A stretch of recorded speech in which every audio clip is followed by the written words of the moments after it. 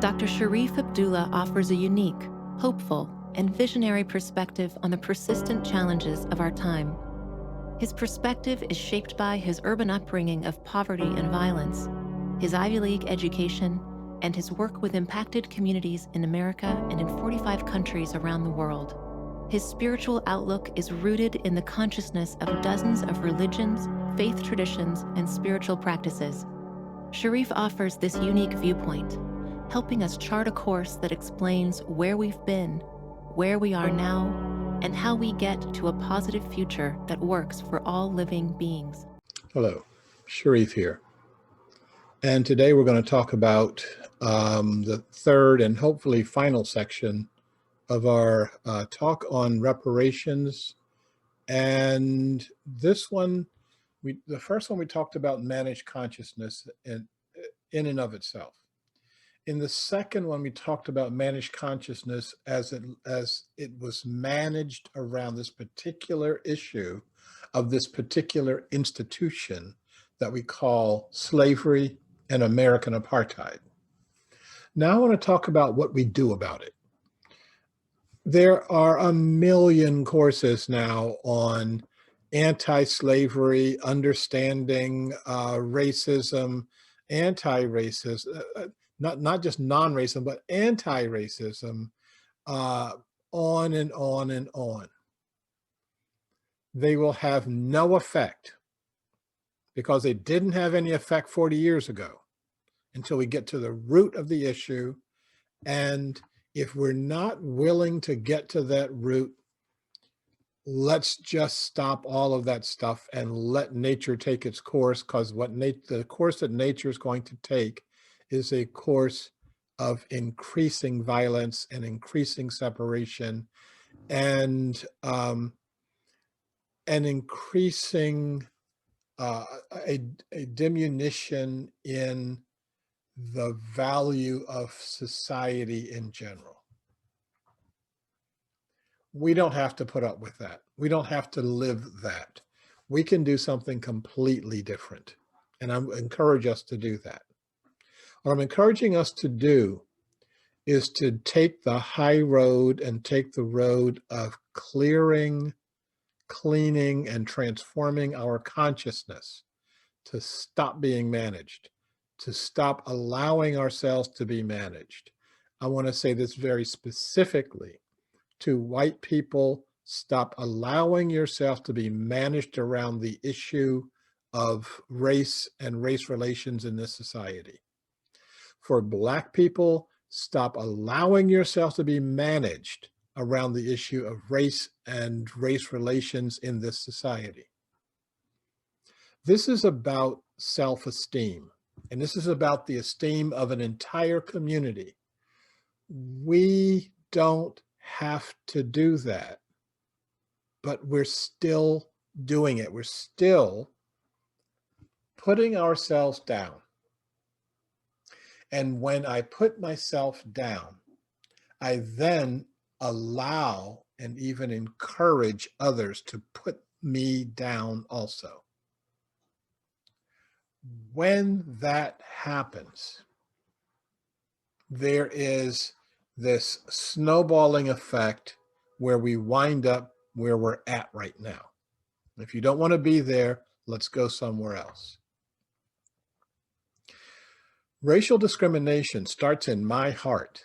I don't allow myself to be discriminated against, and therefore it doesn't happen.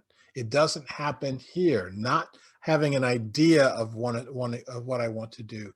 It's really about me loving me loving all of the aspects of me being able to articulate my love for me, my love for my family, for my community, for my people, for humanity, for all living beings. If I can't articulate that, how in the world do I expect another human being to articulate that for me? So we have to remove all of our wounds, all of our hidden wounds. I've got to pull this wound out of my own heart. You have to pull the wound out of your heart. For each of us, there are tools to do that, but the tool doesn't matter if you're not willing to do it. Some years ago, we did a program, we meaning Commonway, did a program we called Releasing the Shadows, Embracing the Light. We released the 4 shadows that are plaguing America. Each one of us is affected by these shadows, and each one of us perpetrates the shadows. The 4 shadows are the shadow of violence, the shadow of the other, however you see the other. In this context, we've been talking about the other being race, but it can be anyone that you think is different from you. The shadow of lack that plays itself out as poverty on one side and greed and hoarding on the other side, that not having enough resources and having more resources than a human being could ever use, both of these being manifestations of lack, a lack in your heart. And the last one is depression, despair, and suicide. Now, all these things come together and are knotted together into this mess of a society that we've got. But because we are intelligent and compassionate people, we can untie that knot. It'll take some work. It'll take some time.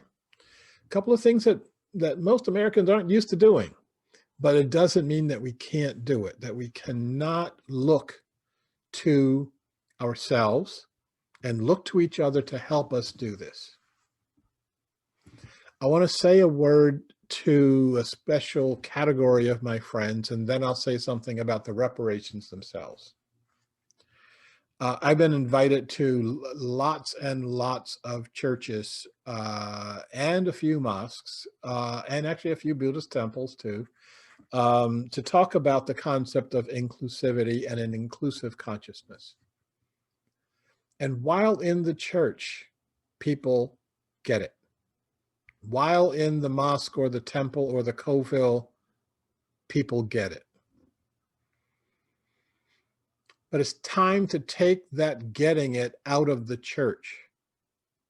I was looking at the images of the Capitol Hill insurrectionists as they're going through the offices of the Congress people, as they're storming the gates of the Capitol.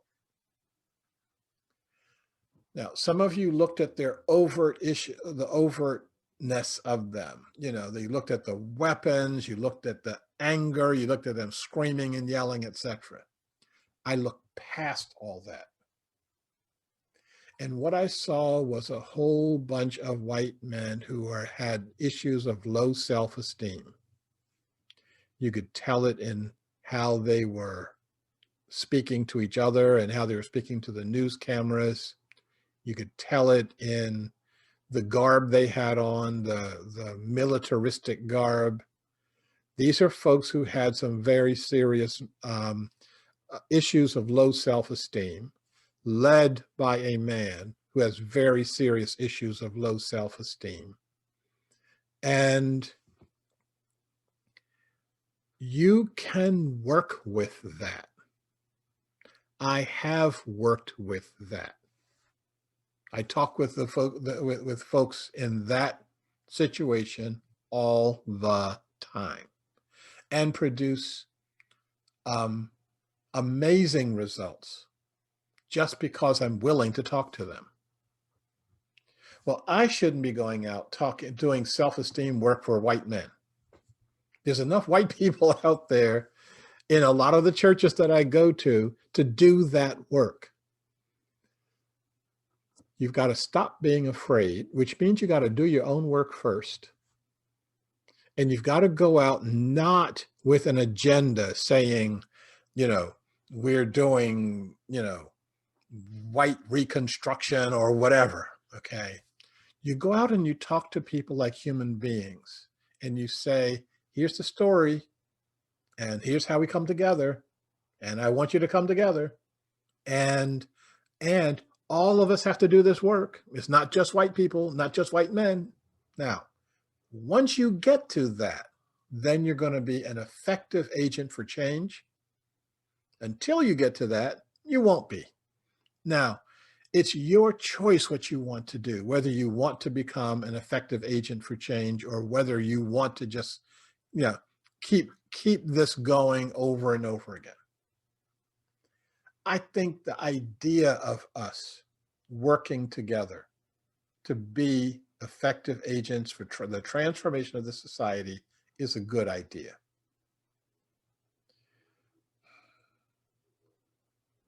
Let me go on to my last point for today. And that's about the point about reparations themselves. Yes, much is owed to this community. Yes, it will be releasing to have a gesture that says, this situation was wrong. We benefited from this wrong. We're going to do things differently. I don't think that any reparations should be handed to any individuals, period. There's just too much gunk in our works right now. Too much greed, too much materialism, too much envy of what somebody else has. Their car is bigger, their TV screen is bigger, their house is bigger, etc. I think we should let all that go by just saying it's not going to individuals, it's going to communities. Similarly, I think that we should say that not one nickel should go to corporations, and I don't care what the corporation is. I think that it should go to communities. I think it should be managed collectively by communities, and by that I don't mean managed by the city, whatever the city is. I think that that we have to be focused on what is the vision that we have for how we create a viable society, a viable community. And I think that what will come from those conversations will be a direction for how we decide to put these resources to the best possible use, to how to bring those resources together, not with just some head trip, but from our purified hearts, our cleared hearts, the hearts that we've done our work in terms of removing our own shadows, in terms of embracing our own light, that with that we'll have the vision that allows us to move forward. Now, last point I want to make. We've been seeing these ideas, I don't know where these ideas come from, of defund the police, abolish the police, or right now, reparations.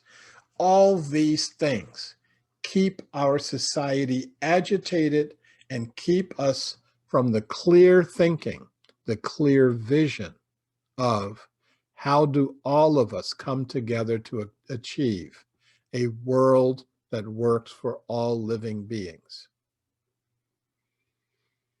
Wherever these ideas come from, the purpose of the idea is for us to separate from each other. I think that's a really not good idea right now. I think we need to start doing some things that bring us together. We've had enough separation in this society. Perhaps the coming together cannot take place inside the context of the society. Congress can't bring us together because Congress can't bring itself together. I don't think it matters who sits in the White House. I think what matters is who's sitting at home watching this. I think what matters is how many people are ready and willing and able to move outside of their comfort zone, to first engage themselves, engage with yourself, and then engage the other. Not with program and not with, 10-point packages and televised encounter groups or anything like that, but just not using code words that infuriate each other, but just talk about what does it mean for us to live in society together, and what is the nature of the society that I want to live in with you. Do I want to live in a society where we've abolished the police? If you think about that for 5 seconds, the answer is no. So whoever is saying abolish the police has not thought about it for 5 seconds. That's somebody that you shouldn't be listening to in the first place. The person who's saying reparations and having that mean each one of us gets an extra, $100,000 that comes out of your pocket is not doing us a favor. If you think about it for 5 seconds, what does that mean? Once we get to the point that we're talking directly to each other, and once we get to the point that we're focused not on the past, but on our future path, I have some faith and trust that we'll be able to figure out the right thing. Until we do that, we're going to be involved in all of these programs and all of these activities. And then 40 years later, we do it again. And 40 years later, we do it again because we haven't done the deep work. I'm encouraging us to do the deep work. I'm willing to do that deep work with you. We'll see how that goes into our future. Thank you. Before I go, one more appeal to you to, if you appreciate the series, if you appreciate this video, like it. It matters when people are looking at your scores. Subscribe and donate something.